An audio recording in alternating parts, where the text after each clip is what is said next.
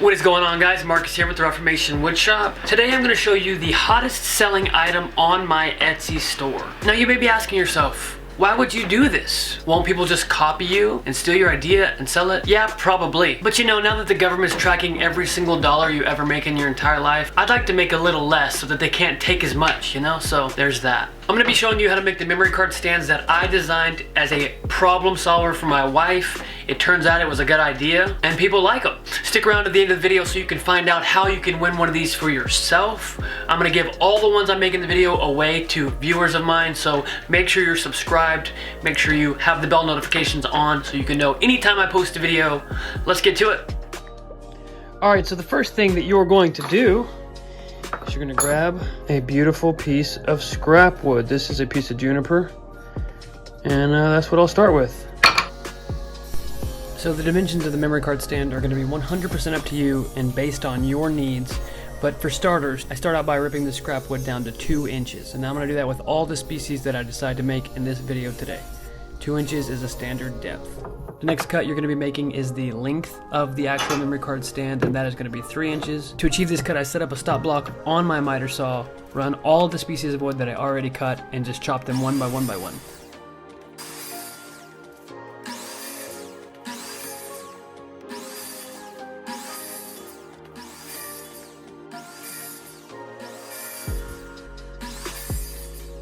All right, so now we're gonna take and lower the blade so that it's about halfway through.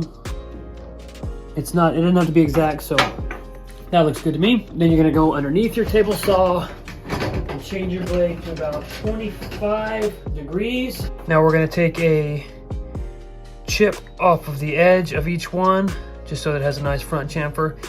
And it's gonna be the same measurement as the grooves that'll go throughout the entire thing. So first thing we'll do is take the corner down. This little detail is solely a design feature just to make the piece look a little bit nicer, and it is not necessary at all if you were to make one for yourself. So as you can tell, they all have the beautiful edge up front, and that's about how deep the cut will go whenever I run the lines through. So to make your slots in your memory card stands, all you have to do is move the fence of the table saw back 1/4 inch every time after every cut, and you'll have the perfect spacing for memory cards. Make sure to be as careful as possible because a blade that is hidden inside of the wood is a dangerous blade. Use a push stick or something that can protect your hands at all times so you don't have to get close to the blade. So for the last row right here, I'm going to do a gap that is twice the size because some memory cards, I forget exactly what they're called, they are thicker. So I like to make it so that these are versatile and can hold whatever you need. So making this a lot bigger is super easy. All I did was move the blade back that initial 1/4 inch measurement, make that cut, and then move it again slightly off of that 1/4 inch measurement and make the cut again.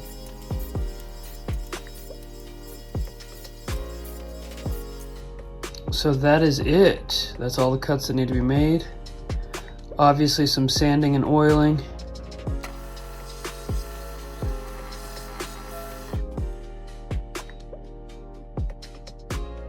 Okay, so I showed you guys how to make these memory card stands as a one-off type present, something that is out of a piece of scrap or something like that. But if you're gonna batch out these memory card stands, this next part of the video is gonna show you guys how to make multiple all in one big pass.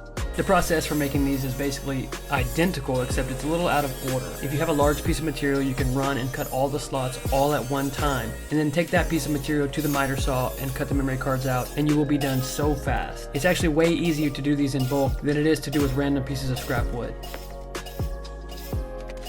All right, so now I'm gonna take this beautiful can of stain, and I am going to dip all of these pine ones inside of it.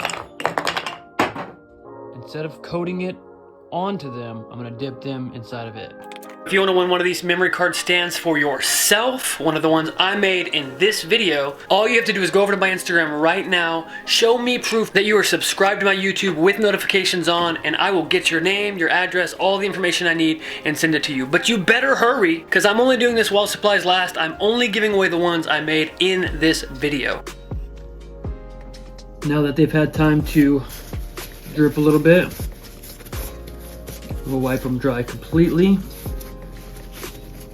They will still continue to drip, which is fine. And I'm only staining these ones because these are the ones that actually go on my Etsy site. These are the ones that I will sell. I've actually got an order to send in the mail right now.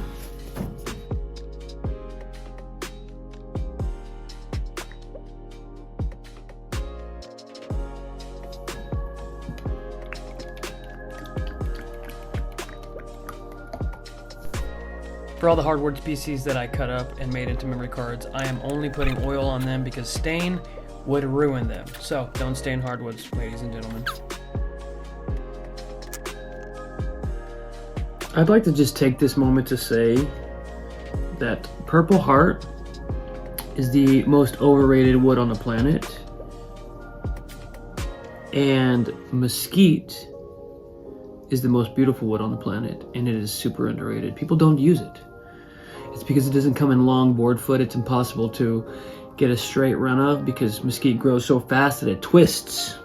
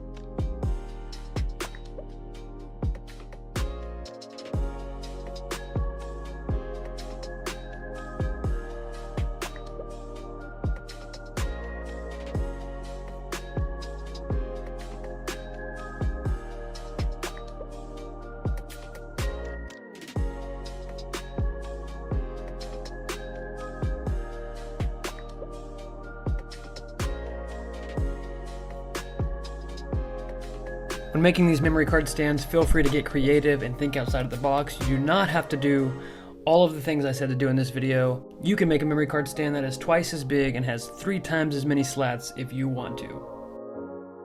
If you made it this far in the video, you deserve this amazing business tip that I concocted myself. So I was aware of this famous photographer that shot all the cool bands that I was a fan of when I was about 18 years old. I contacted him through Instagram and asked him if I could get one of these memory card stands in his hands. He said yes. I sent him about 3 of them. Not only did he like them, but he posted them on his Instagram page to his almost 400,000 followers. After they were on his Instagram page, my Etsy blew up and I sold a ton of them. Sometimes getting your product in the hands of the right people is really, really helpful. Alright guys, thank you so much for watching. I really appreciate it. Feel free to make these for yourself. If you want to sell them, go for it. I do not care. These make great gifts for the photographer friend in your life. I really plan on having a big year this year. I'm going to put out a bunch of videos. Hopefully they will all be useful to you. I will see you in the next one. Thank you guys for watching.